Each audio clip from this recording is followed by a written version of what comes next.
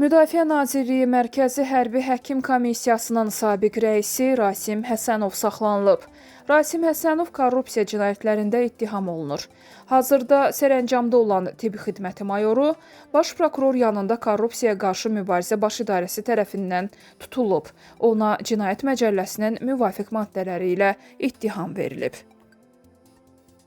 Şuşa şəhərinin ən yaşlı sakini vəfat edib. Bu barədə Şuşada yaşayan yazıçı jurnalist Kərim Kərimli məlumat verib.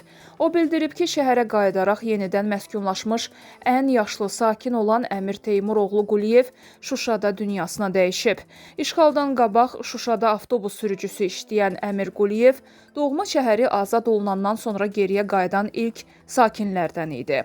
Ötən ilin iyulunda ailəsi Şuşada onun 90 illik yubileyini qeyd etmişdi. Əmir Quliyev Şuşanın qədim və məşhur Mirzə Həsən qəbirstanlığında dəfn olunub.